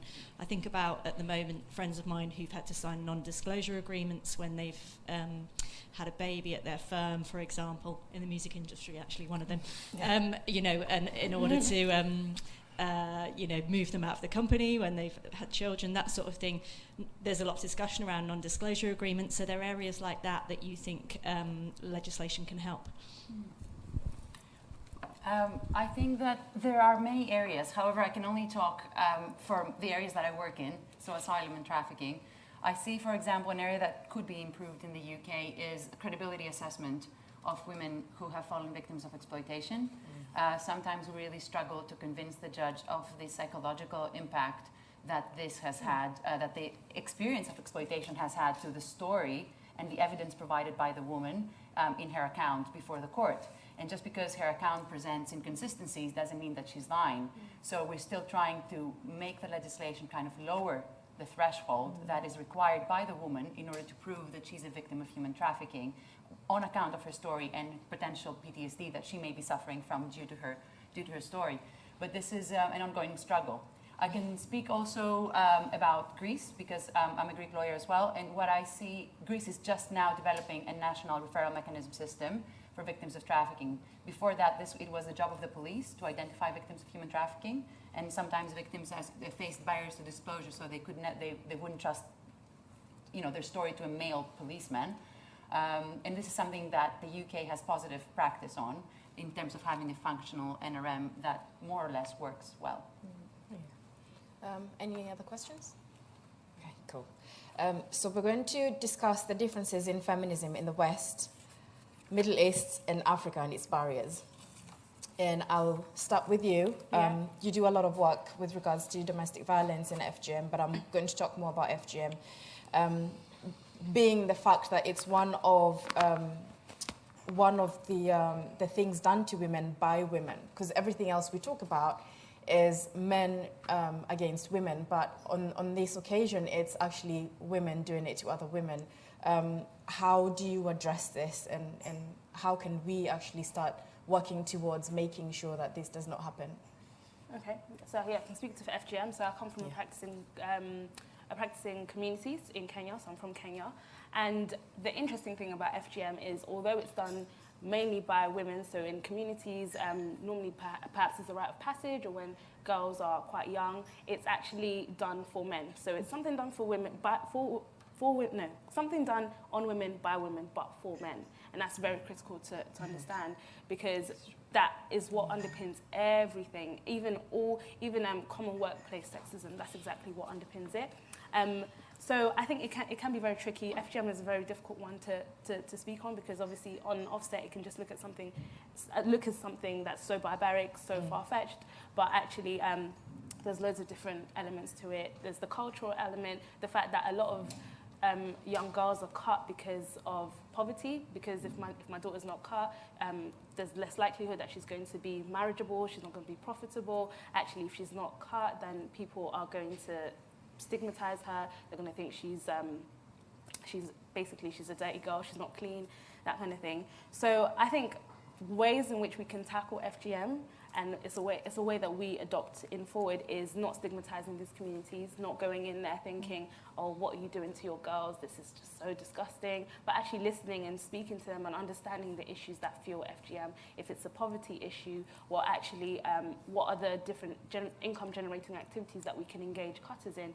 Or if it's a rite of passage situation, what are some of the other traditions that we can adopt? Say, for example, ceremonies or like certificates which signify coming to age as opposed to actually cutting. But it's a very complicated issue, and I don't have enough time to speak too much into it. It's really, really complicated. But I would say the first thing is just cultural sensitivity, and not going in guns blazing judgment, because we suffer from the exact same patriarchy here. Yeah, Faranak, do you want to speak about the Middle East a bit? Because that's your area of expertise. I'm going to talk mostly about Iran and what I think is important at the moment in a country like Iran. Iran right now is in a politically very volatile era. People are frustrated. People want change. There's poverty, inflation, and political corruption, economic corruption, everything, and there are a lot of protests and everything happening.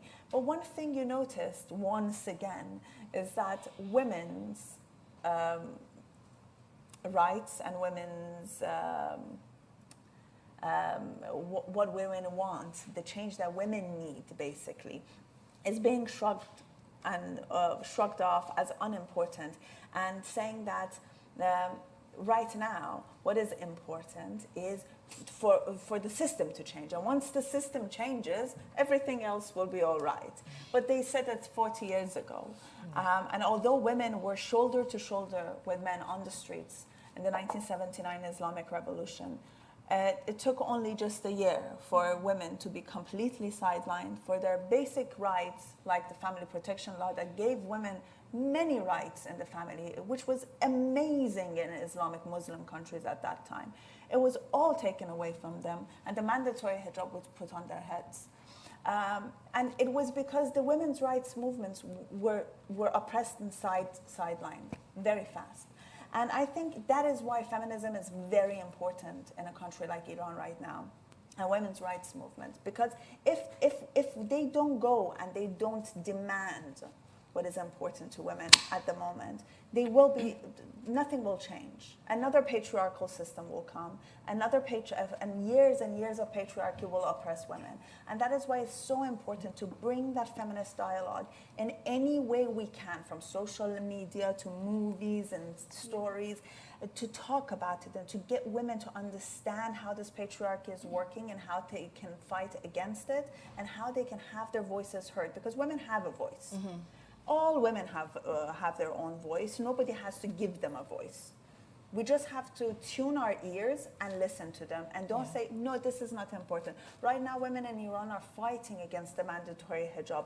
And what we hear all the time is that, No, there's so many problems in this country, and now you are talking about your headscarf. The headscarf is extremely important. It limits women in so many different ways. When you have this hijab on your head, mandatorily, not by your own choice, you are deprived of doing a lot of things. Sports. Women's sports get no coverage in Iran because women cannot go without the hijab. No coverage, no advertisement, nothing. It limits the professions and skills you can actually take upon, and it's very important. So it's not something that just because women are talking about it is unimportant. I think that is also the view that we have in a lot of sexist, patriarchal societies, that if this is something women are concerned about, then it should be unimportant, because women don't think about important things. And that's why I think we need feminists and feminism to come and say, no, this is important, this is our demand, and we shall not give up. What barriers do you see in the West with regards to feminism at present? At present, just hearing you, Faranak, it shows how different feminist approaches are, say, in the Middle East to the West. My summary of feminism in the West, I have to go back again to about 100 years ago. There have always been two very different strands of feminism, egalitarian and one that was called the maternal strand. And this goes back to the 17th, 18th century. The egalitarian was a belief that men and women are identical and they should do the same work, they should be exactly the same. The maternal strand of feminism believed that men and women are biologically different, and they were after expanding, keeping the traditional roles but getting more acknowledgement for the value of women. To give you an example of that, the modern egalitarian would be the Germaine Greer model. The modern maternal would be Margaret Thatcher. Now, I see that this is where the problems have been. Today, because the egalitarian feminists are seen as too radical, they're too anti-male, too militant, the maternal feminists are seen as basically too quiet. They're seen in America as those who are anti-abortion. So basically I see that as the division. In other words, if you've been a maternal feminist, you're either anti-abortion or you can't be a feminist. And of course modern misogyny is using all these sort of discrepancies between feminism. And so that's what I see right now, feminism actually looking for a new way through that I think we're going to talk about later. Yeah. How do you see feminism in the future, Andy? Good question. Well, I suppose one thing that I'm sort of sensing right now, which I think was maybe lacking previously and is maybe why I'm here, is, I've discovered the word inclusion. And I kind of first discovered it in the context of race and diversity in that sense, but the and inclusion bit, inclusion's super important. And I think, especially with a writer like Chimamanda, that really spoke to me, is that she talked about feminism in a way that really made sense to me and at a high level. And that was very profound. So I definitely think inclusion is very much a part of that, and bringing men into the conversation in the right way. And also recognizing certain aspects of masculinity, when she talks about masculinity being a cage. And I saw that clip on YouTube, and I actually emailed it to a friend of mine who's in the music industry. He's in his mid-50s. I emailed it to him because we had lunch one day and we were discussing, the whole Me Too Time's Up thing. And he kind of found it rather bewildering and like, well, what does this mean for me? Where do I fit in here? You know what I mean? And I sent him the Chimamanda clip, and I got an email back, oh my God, this is amazing. So I think moments like that are really important, because then I think men understand what their role is here and engage in a very positive way. I think the worst thing that can happen with these things is the kind of the battle of the sexes thing, or race war. David Lammy gets into supposedly a so-called race war for making a perfectly legitimate comment to Stacey Dooley about her white saviour thing on Instagram. So whenever people kind of get into this confrontational thing about, this sexism debate is a battle of the sexes or whatever it is, it's profoundly unhelpful. I think if it's inclusive in the partnership and people involved in this dialogue and conversation, I think that's the way forward for me. What do you think about the rise in men's rights movement? Well, if we're talking, men's rights, no, that is a false equivalence, right? Men have all the rights they need. Okay, black men, in practice, don't. How they're treated by the police and so forth. So that needs to be corrected. But other than that, no, men have all the rights they need. It's a false equivalence. It's like saying there's reverse racism, which doesn't exist. So, no, completely non-starter. I think what is helpful, I think, from a female perspective, I think, is to understand some of the fragility around men, and I think specifically men's mental health. I think that bit, I think, is very, very helpful to this debate, and especially in a week where we've lost Keith Flint, a lead singer of Prodigy, and a man who had everything to live for in so many ways. Nobody really understood his fragility, or, any man. If you're a man over the age of 40 and you've got responsibilities and you're out of work, what is the pressure on you? What does that do to your state of mind? Those sorts of things. I think that's where, if there's any sort of focus on men at all from a female perspective, there's things that can be done there. But other than that, this men's rights thing, no. What do you think about men's rights, Louise? Well, it's interesting. I'm very pleased to hear that, because I think you have a very valid point. I've actually been concerned, though, that women have been neglecting the backlash against men in all these movements. But hearing you speak, I like your tone, that men do have rights. They are they have that advantage, and so you're probably absolutely right. They do not need a movement. I do think it's up to women, the feminist movement, to actually broaden up and show their leadership, and speak as leaders and as women who have husbands and sons and interact with men, to actually look out for their male fragilities they're talking about. I mean, the suicides of men are far outnumber those of women. Yeah. I've had a brother take his life. I've actually had my mother take her life. So I do know the examples of both. And I think that nobody really speaks up for the old-fashioned man who did have the stresses on him. When I grew up, the boy was only educated because he was the one that had to go out and get a job and join in with society. He was expected to take on the responsibility of the whole family. It's actually quite terrifying. If you were to tell, a woman the equivalent, that is your future, you've got to take on responsibility for everything, and including the men and everything. I don't think we ever really saw that could drive a lot of men over the edge. It's a huge responsibility.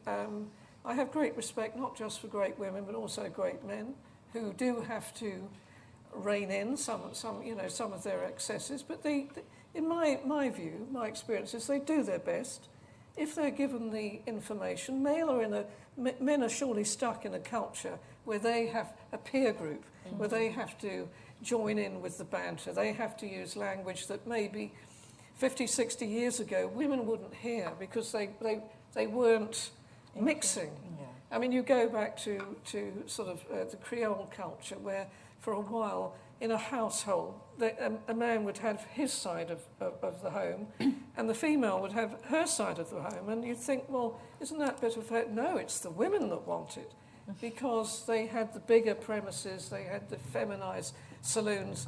The male side of the home was a very sort of a different area. So I think we've been a little bit harsh on some men in recent years, and it's up to feminism to address that. How do you see feminism in the future? I have to agree and disagree at sometimes, but with the points made. But yeah, I do actually believe that feminism now is at the point that needs to include men more in the conversation than it did before. Before it was more about just women, and it needed it. It had to be like that because the trauma and everything that had happened to women we needed to focus on it. But now we are entering a different stage, and I think it's about simplifying feminism more and making it more accessible to people. I think social media can play an excellent role in this, especially in countries which are very oppressed and you have a lot of censorship, or social norms don't allow women to express themselves. Social media gives women unprecedented freedom. It gives them a microclimate which they don't have in the public sphere in their own societies. Take the Afghan society or the Saudi society or even Iranian society. Public spaces are extremely male-dominated spaces. Women have a lesser share of the public space. They have a lesser share of safety and security in those public spaces.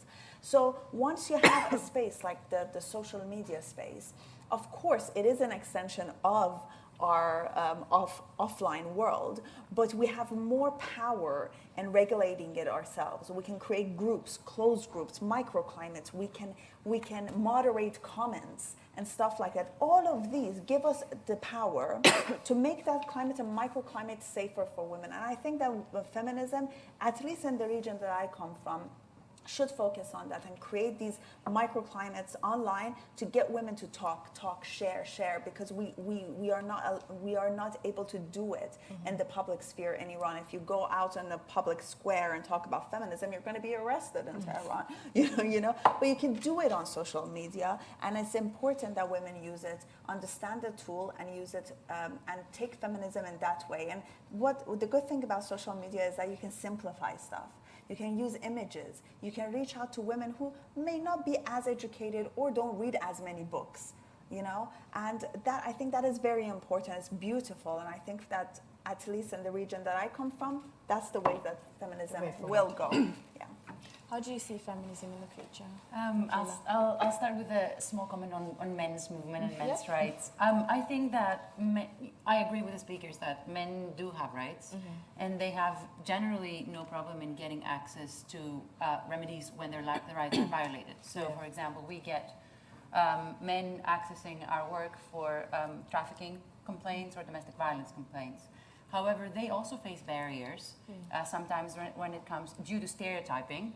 When it comes to disclosure, for example, when a male victim of domestic violence comes to us and tries to speak for this experience. So here is where I see the difference between equality and equity. So equality is giving everyone the same standard and expect them to enjoy the right in the same way, whereas equity is giving everyone the standard that they need in order for everyone to be able to enjoy the same right. And I think that in this respect, we have to see vulnerable men in the same way that we see vulnerable women, in terms of giving them what they need in order to access the assistance that they require and not necessarily presuppose privilege. However, you're right, in terms of what the law has, the rights are there.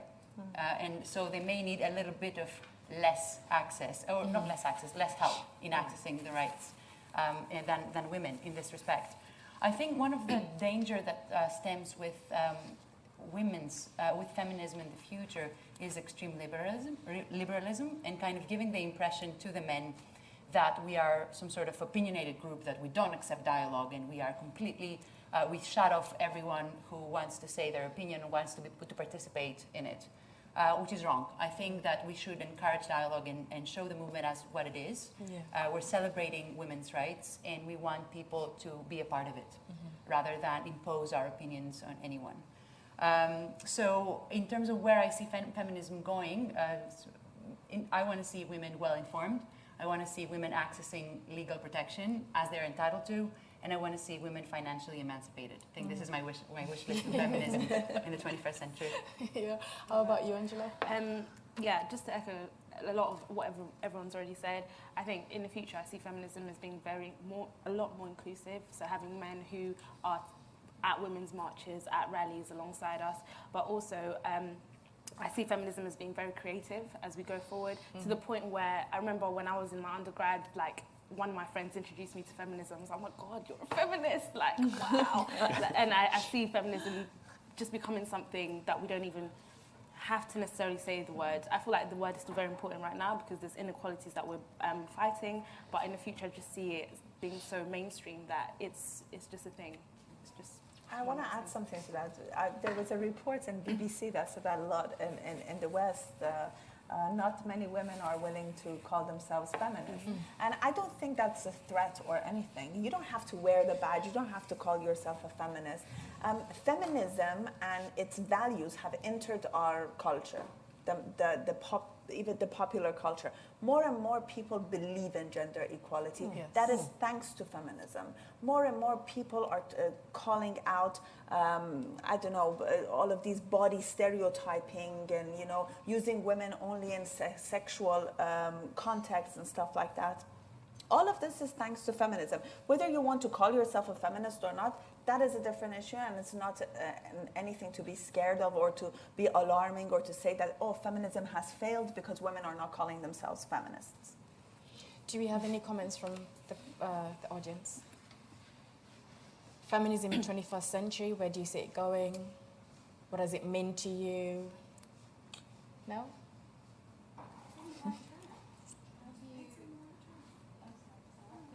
I was just wondering, how do you in your ordinary day practice feminism? Well, for me, or anyway. Okay. So we'll start. In a professional context, Yeah. versus bring in a personal context, how do you apply it? I would say, well, one example that comes to my mind, and I'm not really great at this, but even just, I'm really guilty of this, but even on a train, packed tube, if there's one seat left, in most cases, a guy will offer it to me because I'm a woman, and unfortunately, in most cases, I will take the seat. But I think that's one of the ways that we can challenge it. That's just a really small but practical step, I think. That's just one example that you can use. How about you? I think I try very hard to be a feminist as much as I can in my everyday life, and it's all about I want to help other women shine. If it's my friends, you know, I think one thing that patriarchy and sexism does to us, it makes us feel that we should judge women for everything they do, how they look, what they wear, everything. And I don't do that with my friends. Before, I might have been more judgmental, but the more feminist I've become, the less judgmental I've become of them. And if I feel like a woman has something to say and maybe she's feeling uncomfortable, even in a social gathering, in a party, in a bar or anything, we're talking, I will make sure that she talks, she gets to talk, she does something. You know, she says what she shares her opinion. Basically, it's just like that. I think I read it about the girls who worked in the Obama administration, the shine concept, that they allowed each other to shine in meetings because other people wouldn't let them, the men wouldn't let them, they would steal their ideas. So the girls came together and they said, you know what? If you say the idea first and then the guy wants to steal it in the meeting, all of us women come and say, but that's what she said. Well, then, you know, shine, let each other shine. And that is something that we haven't done enough. And that is what I try to do in my daily life. How about you? Two ways. Firstly, I'm a mother. My daughters are 30 and 27. They both work in the film industry. And they're both very entrepreneurial and accomplished. And by encouraging them, I'm encouraging feminism. The second, I'm a writer, and basically, I suppose I use all the advantages that are there for women today. If you accept them every day, what you can do, as opposed to what you can't do, you are living the feminist world. Funny enough, as a writer, some years ago, women used to change their surname to get published because only men were published. Nowadays, you've got male authors actually with female names just because that's the way the market has switched. I suppose just by accepting all the opportunities that have come my way that weren't around during my mother's time, and fulfilling myself of them is how I practice being a feminist. I think it's a very difficult question to answer. I think I was raised by a very strong woman. She never called herself a feminist, but she is a feminist. And having you say that makes me realize how much impact it has for parents to transmit the same core values to their children.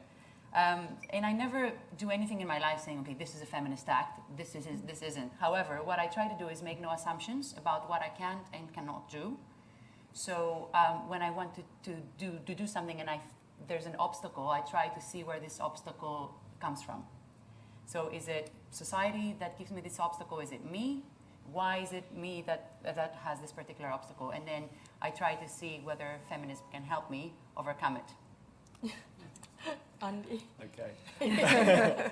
I think something I really thought a lot about in terms of how I engage with this is my own unconscious bias.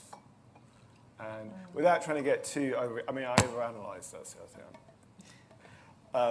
But let me give you an example. So I think it was a week or so before Christmas, and I had two really important meetings that week. One with 3 men who were all approximately 10 to 15 years older than me. And another important meeting with 3 women who were all very senior in terms of their corporate rank, who all happened to be about 10 years younger than me. So there's an age thing here as well. So I'm in my mid-late 40s, these ladies were all in their sort of mid-late 30s, and the gentlemen were around the 60-ish mark. And I kind of asked myself afterwards, I don't have an answer, by the way, but this is how I'm trying to think about it, is did I behave any differently in the meeting with the younger women than I did in the meeting with the men? And specifically in terms of recognizing their importance and corporate rank. Do you know what I mean? Mm-hmm. So when you have that thing, you mentioned you're going and see some guy who's a big player in the music biz, and hi Andy, how you doing? Yeah. And you know you've got to be on your A game. You know, so I'm going to be on my A game. Okay, I'm going in with these 3 super smart young ladies. They're directors and VPs. Am I on my A game? You know, and I don't have an answer for you. I just hoped I did as well as I needed to in both of those meetings. But it's those sorts of things that I'm trying to think a lot more about. I think with me, it's I try my very best to shatter any stereotype, especially from my community, because I grew up in Kenya, but I was brought up by my mom, and she was very strong, and she was amongst the very first women in the community to kind of like kick the husband out, as to say, whilst other women used to put up with their husbands even when they were lying and cheating and hitting them. So my mom was the very first to do that. So that's one of the things that I've seen with her. She started her own business and she raised up 6 children without any help from my dad. So I look at that and then I'm thinking, anytime I feel like I can't do anything, I refer back to that. And I'm thinking like, she's raised the bar so high because I don't have any children, so why am I struggling, you know? So I kind of like look at that and I look at women who've been there before me and I kind of like think, what have they done and how can we top that up? And I've got nieces as well that I feel like I really need to empower and encourage, because society now tries to put barriers on them and tell them, well, you can't do that, you can't go to university, or you have the opportunity to go to university, but then how do you make the money? So I use my time to kind of like just really empower them and show them there's other ways of making money whilst you're studying, as opposed to when I was studying, you know, it was totally different. And then I spend so much time mentoring young women, because I just think that people have gone through so much, and we've gone through our lives hiding that, and I find that women carry a lot of shame. And it's one of those things that I love exposing, because once you carry shame and you allow it to kind of like dictate how you live, then there's some things you're not going to be able to speak about because you're ashamed. And those very things will hold you from being able to achieve the things that you need to achieve. So one of my things is I always love to shatter shame in every area, and that's kind of like how I do things. Does anyone else have anything? I was just going to say, I echo a lot of comments that you've said, and I think just on the last thing, just around, I think it's really important for women, so when they come together, to kind of share their stories, to kind of talk out. And I think the thing for me, I guess, so I think feminism, so it's definitely, you know, it's increasing. We're getting there in places. There's still a lot that needs to be done. So I myself, I work in a tech industry. And one of the kind of big problems, I guess, we have is we have lots of females within the workplace, but it's always an issue in terms of getting females up the rank. So at that top level, it's still very much white, male and older as well in terms of that. So I guess we're kind of dealing with that issue, but in two aspects, just in terms of the females, but also in terms of women of colour as well, you know. So I think what we're trying to do a lot of is bring females together, share those stories. I think it's really important having role models, so having people that have actually, you know, they've got to the top. And again, just kind of talking out. Talking out. And, you know, I'm a mother as well. I've got 2 young children. I've got a boy and a girl. But I always tell my daughter, you can do anything you want to do. You can be anything you want to be. Equally to my son as well. You know, with hard work comes anything. With determination comes anything. Yeah, definitely. Does anyone else have anything to share? Nothing? You sure? So far, have you been empowered? Do you feel more feminist? Do you feel like you're ready to take over? Do you feel like you really need to step up in what you're doing? And do you feel like that? Or do you feel like, yeah, I'm going at a good pace right now? Yeah? Cool. I'm seeing people nod. So I just want to say thank you to each and every one of you. This was one of the first conversations that we've had, and due to time, there's some things that we would really love to talk about that we haven't been able to talk about, but I think I'm just going to squeeze it in there right now. In your book, you write about the Queen Bee complex. And I'd like for you to talk about it, because as much as we want to talk about feminism and we want to empower women, I feel like sometimes we hinder other women. That's the truth, ladies, we know that, right? So do you want to just talk about the Queen Bee? Yeah, one of the contradictions, the Queen Bee syndrome, that it's basically this idea that when sort of women get into a higher position, that they're suddenly going to help lots of other women. And I think to have open debate on these issues, you have to be honest about it. You mentioned the fact Margaret Thatcher never used any very few females in her cabinet and everything. And if you were running a business, and if you have a company that's going well and you need specifically a skill that you don't see provided by women, are you in the wrong or the right for employing men? But the thing is, the Queen Bee syndrome, they have done stats on it, and you know, very often women do not help other women in the workplace. Also, sometimes women make horrific bosses, and they are very, I know from running an anti-bullying charity, you know, I first put girl-on-girl bullying on the map, quite honestly, because in 2000, when I began it, it was a taboo subject. You know, girls did not bully and that sort of thing. Oh my goodness, you know, take a look at the suicides and the stats, and certainly look at them now. And I think we have to be honest about it, that women are very competitive. One of the ideas that was peddled by the radical feminists some years ago is that we're in a big sisterhood, you know, in a big sisterhood, we all want the same thing for one another. Let's be honest, we're not. We're all individuals with different talents. What we tend to do is find kindred spirits, whether it be other women or other men. We can debate the difficulties, and that is a reality. Queen Bee does not mean that women will help other women, and that is obviously something that feminists never talk about because they don't want to talk about it. It's not always. Women will help one another liberally when they are in danger, because you know how we are made primordially is we group together and to help each other.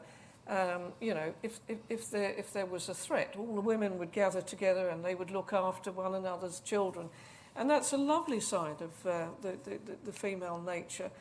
But the other side is actually a reality that we have to face. That not all women are pleasant. Some commit murder. Some commit fraud. Some.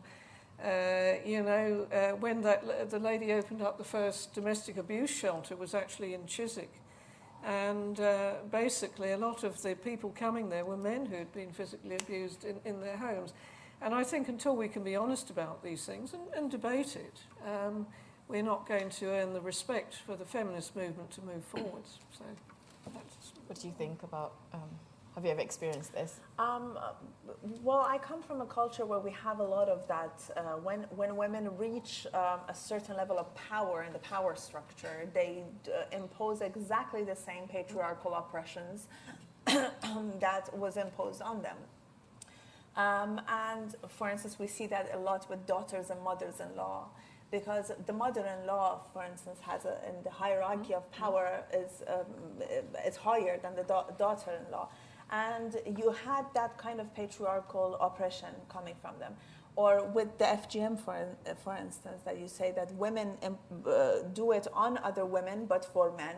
I think a lot of it also has got to do with what types and models of power do you have to work with. If this is the only type and model of power and imposing power that you've been brought up with, then that is what you're going to do. So it's very important to showcase other ways of being powerful, other ways of management, other ways of being the boss.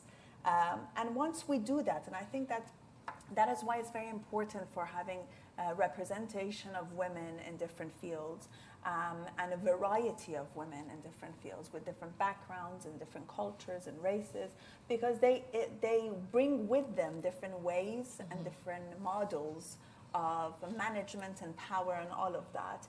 And I do agree that you have that queen bee syndrome, and that we need to shatter it. We need to work to basically acknowledge it and then try to create these different models and work with them. Yep. Have you experienced that?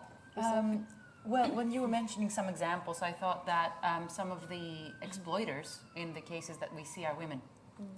And it's quite striking to see women exploiting sexually other women or getting the proceeds of their work. That struck me as particularly peculiar.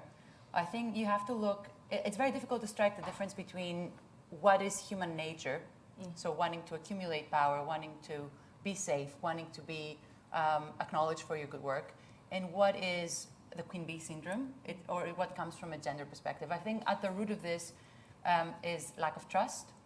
So we can do a lot more to build trust in other women, and a lot of it comes from fear.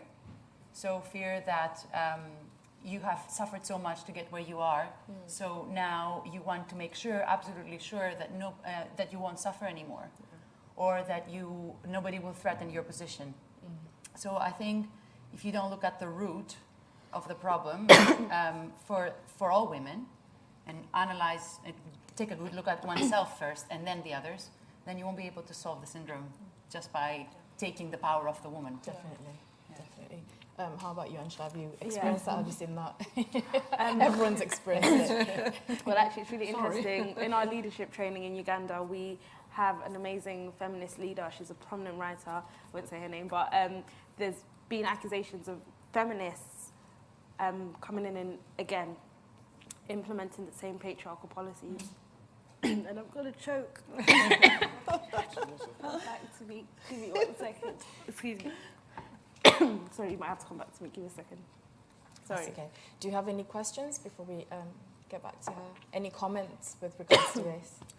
You know, one thing, as an observation, and it was actually pointed out to me by another woman. So there's a project that I was involved with, and there was a very senior woman executive involved in the project who was super hardcore and was, in some respects, being a little unhelpful with certain things. And I personally didn't have necessarily a problem, but I had to sort of try and sweep up a few things that was going on. And I was really trying to understand it.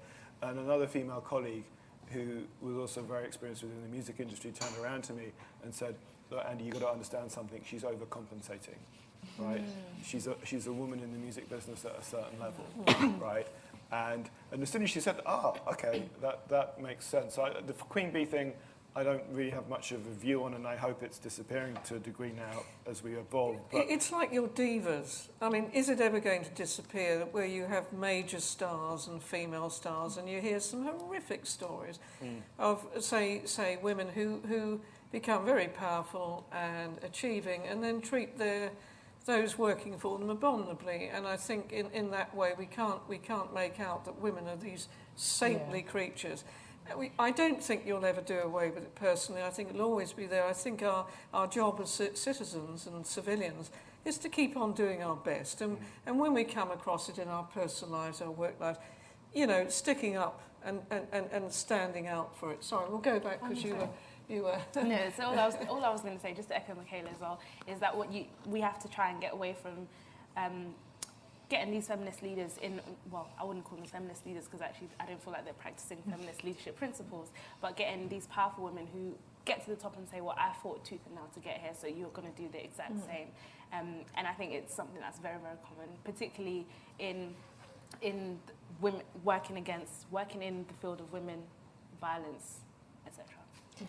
One more thing I would like to add on this issue is that you know, a lot of times people are fighting for just an equal piece of that patriarchal system. Nothing, not anything beyond that patriarchal system. We've had it even in you know, movements for votes for black people before, you know, not the 60s, but before that in America, where, you know, the men were fighting for their rights, but not including the women. So they wanted a bigger share of that patriarchal political system. And a lot of times, women also want a bigger share just of that patriarchal system. They're not looking for a more equal system. And we have to take that into consideration as well. Definitely. I think we're going to close now. I just want to thank every single person for coming in, being very patient with us and listening to us, and for the questions raised as well. And I want to thank Fora Space for making this available to us. It's just been so amazing. They sponsored this space, and it's part of their Fora Women's International Day series. And I want to really say thank you to all the panelists, because they've really spilled their guts and they've exposed themselves to some extent. You know, and I think that's the important thing about being able to speak openly about feminism and where we are and where we need to go. And I think it's a conversation that will still keep going. Even when we're done here, you can follow them online and ask them questions, or, you know, make comments to them. They're available, they're very accessible, and they want to kind of like just be in touch with all of you and